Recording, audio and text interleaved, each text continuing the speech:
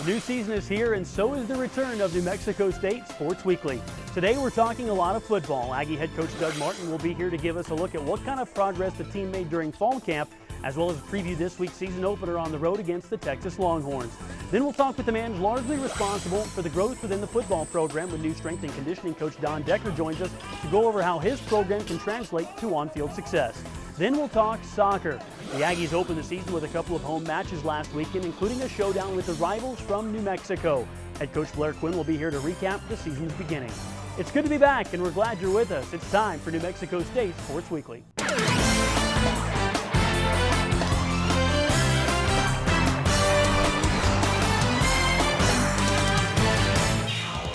Thanks for being with us today. I'm Jay Sanderson. New Mexico State football will play its best home schedule ever in 2013, including a program-high 7 home games. But before that gets started, the Aggies will open on the road this Saturday against the 15th-ranked team in the nation, the Texas Longhorns. It will also mark the debut of head coach Doug Martin, who is with us today. And, Coach, first things first, how ready are you and your team to get this thing fired up? Well, we're excited about playing a football game, Jay. You know, it's like you and I talked earlier, it's that point where you really are excited about playing, and then it gets here and you think, oh man, I need more time too. But no, we're ready to play. Perhaps the biggest story to come from camp this year, the fall camp, was Trayvon Caldwell, who entered the fall as the number 1 quarterback, shifting over to wide receiver.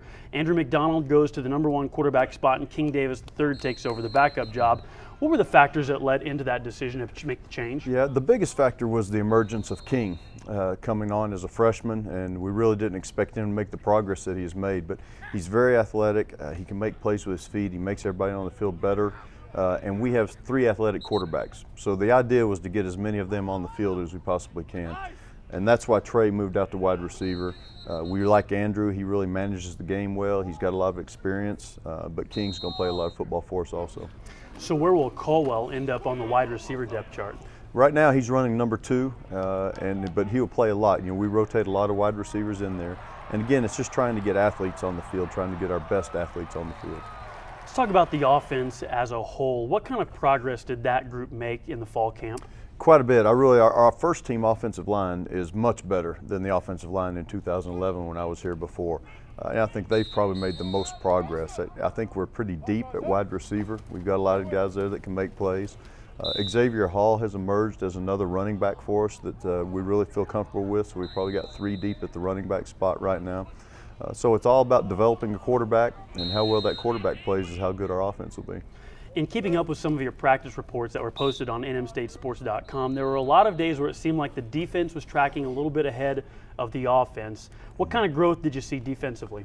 Yeah, well, I think defensively we're playing with a lot of speed, and that was the idea going to the 3-4 defense. We wanted to get more athletes on the field, have a little bit more speed factor, try to cause turnovers. And I've seen that from our defense. I think they've been able to do that. We're a little bit undersized, but again, we're playing with a lot of passion, we're playing with a lot of speed. I think they understand the scheme. And early in camp, they were certainly ahead of the offense, which is typical of most camps. But it's been back and forth since then. Now, the most often overlooked area, but a spot where many games are won and lost, are special teams. I know that's your area to coordinate this year. How's that group coming along? Well, I feel really good at that. Obviously, the punter, Kel Chapman-Brown, is on the Ray Guy list this year and an award winner, hopefully. We think that he is a weapon. He's a guy that can really flip the field position for us. So feel really good there. Our kickoff guys right now, Brock Baca will probably be our kickoff man. We've got a battle going for the PAT field goal between he and Max Johnson. But both are kicking the ball extremely well. I think the interesting part for us will be our return game. You know, how good are our returners? How much big plays can we make in those areas? What pleased you the most about fall camp? I think just the attitude of the players. They came in here, they were in great shape. Obviously, Coach Decker did a fantastic job with them this summer, and the changes we made to the strength program, nutrition program have been key to what we're looking at right now. It's a different football team than what it looked like in January when I got here. So I was really pleased with that. And then just their attitude, that they want to be coached, they're willing. And when you have a group of young men like that, if things bounce your way a little bit, some special seasons can come out of that. From a mental and emotional standpoint, after a pretty tough fall camp for these guys, how ready are they to go? Oh, they're ready. Yeah, they're tired of hitting each other. They're tired of being yelled at by our coaches. It's ready for some new scenery. So are the coaches. We're all ready for that. And what a great opportunity to start at Texas. You know, one of the great venues of college football. They're ranked 15th in the country, one of the best coached teams in the country. Mac Brown always does a great job there. So this will be quite a test for us. The goal for us is to be a better football team when we get back to Las Cruces than we were when we left. Well, the fall camp is over and it's now time to get ready to do it for real. The season opens on the road with a big name opponent when the Aggies head to Austin to play Texas. We'll get you an exclusive inside look at the game plan for the Longhorns when we continue with Coach next here on New Mexico State Sports Weekly. New Mexico State Sports Weekly is brought to you by Wells Fargo. Wells Fargo and you, together we'll go far. Sunland Park Racetrack and Casino. Southwest EYE Center. And by Coca-Cola. The 2013 New Mexico State football season gets underway Saturday when the Aggies pay a visit to national powerhouse Texas. Head coach Doug Martin is with us in advance of his New Mexico State debut. And Coach, you alluded to it before the break, but what are your broader overall goals this week against the Longhorns? Well, the biggest thing, Jay, is we have to come out of Austin with an identity. You know, what are we going to be offensively, defensively? How are we going to play the game? And in my vision for us, what we ultimately want to be is a very fast, physical, disciplined football team. So creating that identity Saturday after Saturday, it doesn't matter who we're playing, we want to look the same each Saturday, and this is the first start for that. Let's kind of dive into the game plan a little bit, and offensively, this will be the first chance for your new spread offense here to take flight. And aside from the obvious answer of scoring some points, what are the goals in that first series and even the first quarter? Yeah, well, I think the first thing about any spread is the tempo. You know, we want to establish a very fast tempo. We want to be really smooth with our substitution groupings coming on and off the field, and just make sure we try to get Texas on their heels a little bit with the speed that we're going to be calling plays and snapping plays with. The next thing is just the execution, and it's really eliminating turnovers. You know, in any game, if you can eliminate turnovers, you've got a chance to win. You'll certainly take what the Longhorn defense gives you, but what areas are they going to offer up that you'd be able to exploit? Well, they're an excellent defensive football team, and I know their numbers have been down a little bit over the last couple of years, but when you look at them talent-wise, they're as good as anybody in the country. Our main concern is the defensive front. You know, we could get overwhelmed up there a little bit, pushed around, so we're going to have to do a good job of moving the quarterback around, make sure he's not throwing from the same launch point every time, and try to keep them off balance a little bit. Hopefully we can get the ball on the perimeter and make some plays out there. Now, most people, when they hear spread offense, think of a passing attack where the run supplements what happens through the air. How do you see the play distribution breaking down, at least as you head into this game from a game plan standpoint? How's the plan look there? Yeah, I think for us it's more of a 50-50 game plan right now. We've worked really hard on running the football, and we all believe on our staff that at some point in any football game you have got to be able to run the ball. You know, I know teams win throwing the ball 80 times a game like Texas Tech used to and those type of teams, but most places at some point you've got to be able to run it, and so that's where we start. Just to bottom line this, what does the offense need to do to score as many points as possible against what you called a tough defense? Yeah, well, we're going to have to keep the quarterback clean, number one, and that's a little bit on our offense, a little bit on our coaches. You know, we have to be moving the quarterback around. We can't be predictable. And I think our receivers are going to have to make plays. Our guys are going to have to break some tackles. You know, we've got to create some explosion plays. It's going to be really hard to drive the ball 80 yards on Texas. So if you can create some explosion plays in there, it makes the scoring part a little bit easier. In talking with some of the defensive players during fall camp and during the off season, creating turnovers seem to be the single biggest point of emphasis. How hard is it going to be to gain takeaways against the 15th best team in the country? Well, it's a challenge, obviously, because of their talent, but that is what we've, you know, really accentuated since we got here. Last year, we only caused 9 turnovers on defense, and we can't win football games doing that. And we can give up yardage between the 20s. I'm okay with that as long as it ends in a turnover or it ends in us forcing field goals. But that's how we've got to play defense. We've got to be very opportunistic. Finally, let's just talk about the atmosphere for the game. Football's religion in Texas, especially for the Longhorns. There'll be 100,000 plus in the stadium for that game. What do you do as a coaching staff to get players ready who have never been in an environment like that, prepared to play in a game like that? Yeah, well, the good thing here is that, you know, a lot of our players have played in big stadiums. You know, last year they played at Auburn. When I was here before, we played down in Georgia. We played at Minnesota. So it's not like we haven't been in those places before. The ones you worry about a little bit are the freshmen just coming in. Guys like King Davis, who's going to play in his first game in his home state. So I think it's better for those guys maybe not to start the game and kind of ease into it. So that's the way we'll handle those guys. It's New Mexico State against number 15 Texas at Darrell K. Royal Stadium in Austin Saturday night at 6 o'clock. The game can be heard all across the Aggie Sports Network. For more information on the game, log on to nmstatesports.com. Coach Martin, best of luck this season. Thanks for being here. Jay, appreciate it. Thank you. Season tickets are still available for the best home schedule ever, and they start as low as just $49, and that gets you all 7 home games. For more information on tickets, call 646-1420, visit nmstatesports.com, or stop by the Aggie ticket office. While it's still true that to win games, you have to outscore your opponents on the field. To win championships, you have to outwork the competition in the weight room. Aggie football set a new course in the strength and conditioning program during the offseason, and the changes have been quite noticeable. Strength and conditioning coach Don Decker will be here to detail the big changes and how that will help the Aggies on the field next when New Mexico State Sports Weekly continues. The word commitment is often associated with the teams that are most successful. Whether it's on the field or in the classroom, the programs that have pushed their chips all in are typically the ones that win the most games. Nowhere this summer was that commitment for New Mexico State football more evident than in the weight room. The new leader of the strength and conditioning program, Don Decker, is here. And Coach, what would you say was the single biggest success you witnessed in the weight room this summer?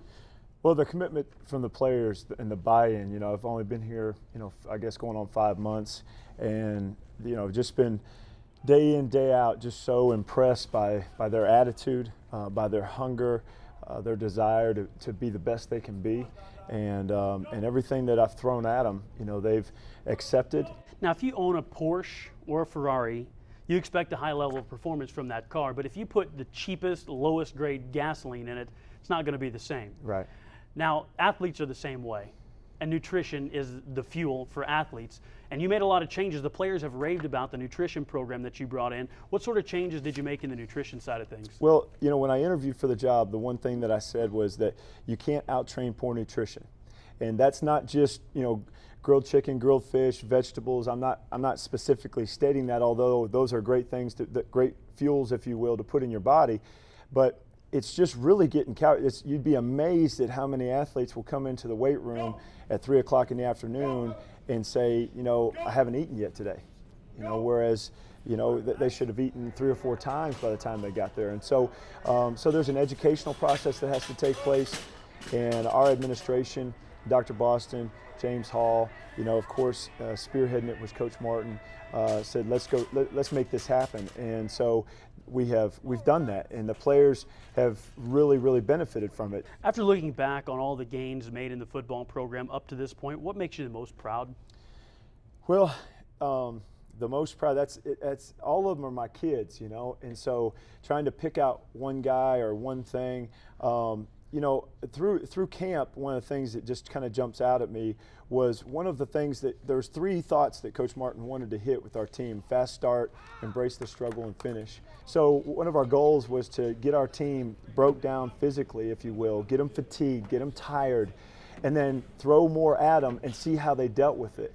And there was a very strategic point where we got our team to that place.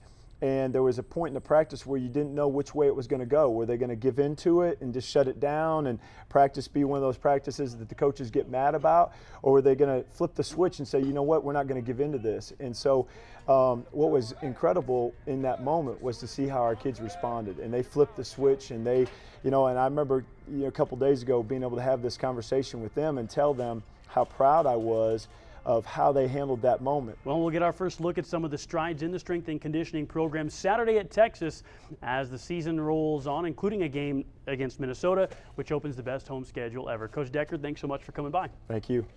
There's plenty more football to come. We'll begin our series of conversations with Aggie assistant coaches in just a little bit, so be sure to stick around for that.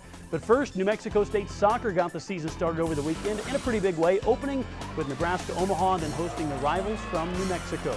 Head coach Blair Quinn will be here to look back on an exciting first weekend when we roll on here on New Mexico State Sports Weekly. Some have described the 2013 season as a make-or-break one for the New Mexico State soccer team. Entering its 3rd season under head coach Blair Quinn, the Aggies look to bounce back after an up-and-down 2012. Coach Quinn is with us now, and Coach, your team opened over the weekend with a split, claiming a 3-1 victory over Nebraska-Omaha on Friday in the opener, and then dropping a tough 1-0 loss in overtime to UNM on Sunday. Overall, what were your impressions of the weekend? Overall, happy with how we played on the weekend. We Didn't get both results that we wanted, but we definitely got better, and that's the goal right now in the first few weeks, is to get better every game. You very nearly had the shutout. UNO scratched out a goal in the final minute of the match. I know the shutout would have been great, but overall a 3-1 win. And again, for a team with so many newcomers, how great was it for you, maybe mentally, emotionally, otherwise, to get a win on the opening day?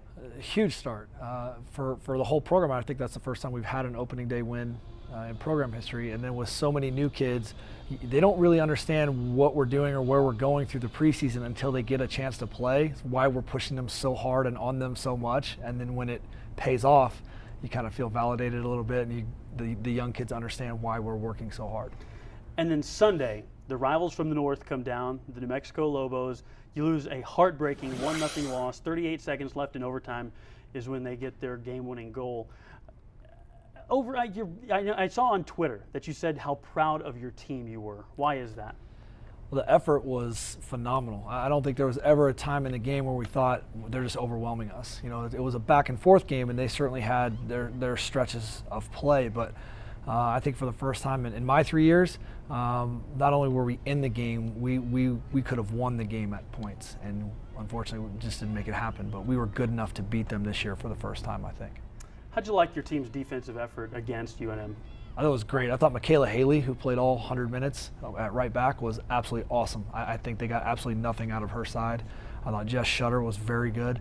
I thought my center backs, I used 3 of them in that game, played very well. It's still early in the year, so we're still ironing out some just kind of playing together scenarios, but I thought all of them played very well.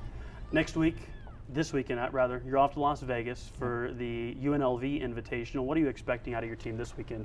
Well, if we can play like we played this past weekend, especially like we played Sunday, I don't see any reason why we can't go there and win 2. We're playing 2 conference champions from last year. Both the teams that we play won their conference respectively. But we put that kind of effort with the continued improvement in the quality of soccer. I don't see why we couldn't win both games this weekend.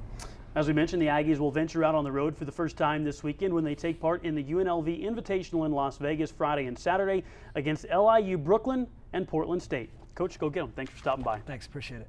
When new head football coach Doug Martin took the reins of the Aggie program, he brought in a handful of new faces to help turn things around. Up next, we meet one of the new staff members when we sit down with tight ends coach Kevin McKeethan. We'll be impressed with his perspective, so don't miss that when we return on New Mexico State Sports Weekly. New Mexico State Sports Weekly is presented by Casa de Autos, Yates Petroleum, proud to support the New Mexico State Aggies, White Sands Federal Credit Union, and by the Las Cruces Bulletin. In addition to new head coach Doug Martin, there are 5 first-year coaches on staff in the New Mexico State football program. As the team gets set for the best home schedule ever, we took some time recently to sit down with the assistant coaches to find out a little bit about them. Today, we visit with tight ends coach Kevin McKeethan. Getting to know the New Mexico State football assistant coaches. Today we're joined by Kevin McKeethan, the tight ends coach for the Aggies. And first of all, how have you liked your time here in Las Cruces? Well, I tell you what, moving to Las Cruces has been a great experience so far, Jay. The climate is terrific. There's blue skies and sunshine every day, and the people that I've had a chance to interact with so far here in the community have been outstanding. Aggie fans have waited for a long time to get back to a bowl game, to get back to being a prominent team in the region. How much of an uphill climb is it to get from 1-11 to where you want to be? Well, Jay, I think you start by not talking about the numbers. You don't talk about the past. You don't talk about the future. We're here today, and we want to win the day here at New Mexico State right now, and Coach Martin has really made that very clear. That's what his vision is. We want to be champions in every facet of what we're doing, whether it's going to class, whether it's working hard in the weight room in the off season, whether it's going to practice every day and bringing a level of intensity that we haven't had here before. So, I don't think that you worry about those numbers. I think you worry about making that climb one day, one step at a time, and that's how we plan on getting to where we want to get to here at New Mexico State. Coaching tight ends, in my estimation, is a kind of a unique position because at the tight end you have to be a hybrid of a run blocker, an offensive lineman, and a wide receiver as you catch passes. So how different is that to coach that, having never played the position yourself? Well, it is a challenge, but it's been a great challenge. We spend, X percentage of our individual period every day working with Coach Miller and the offensive line and being physical and staying low and working on those skills that we need to execute in the run game. And then we also have to take, X percentage of our time and go with Coach Brandon and Coach Littlejohn and Coach Johnson as well with the skill position guys and catch passes and work on our changing of direction and all those kind of things. So it is a challenge, but it's been really, really fun so far, and I've got a great group of guys that are playing tight end here. Tell me about the schedule this year that you guys will play. 2 BCS teams at home. You have the 2 rivalry games, 1 home, 1 away, and then a couple of road games against some prominent competition at Texas and UCLA. So how special is this year for you as a coach to get to experience some of these great environments? Oh, it's going to be very special. I think it's special for myself on an individual basis. I also think it's going to be great for our football program and for our players too. There's certainly a number of challenges that exist within this schedule, but as you mentioned, Jay, it is a great schedule. What else can you ask for? We're going to go play in the Rose Bowl against UCLA. We're going to open up in Austin, Texas, and we have the first 2 BCS opponents ever to come here, or opponents from the Big Ten and from the ACC to come here to Aggie Memorial right out here. It's going to be a terrific experience for our guys, and it's a challenge. And what it really makes you do is it makes you reach. It makes you get out of your comfort zone, and you're going to have to find a way to raise your level of play. And we're looking forward to that challenge. We're all definitely looking forward to it. It all gets started August 31st at Texas. Kevin McKeethan, the tight ends coach at New Mexico State. Well, this Saturday is the big day. New Mexico State football is back on the road against the Texas Longhorns. You can hear the game all across the Aggie Sports Network and also online at nmstatesports.com. The best home schedule ever opens a week from Saturday when Minnesota becomes the first Big Ten opponent ever to visit Aggie Memorial Stadium. Season tickets are available for just $49. Single game tickets are on sale for as low as $10.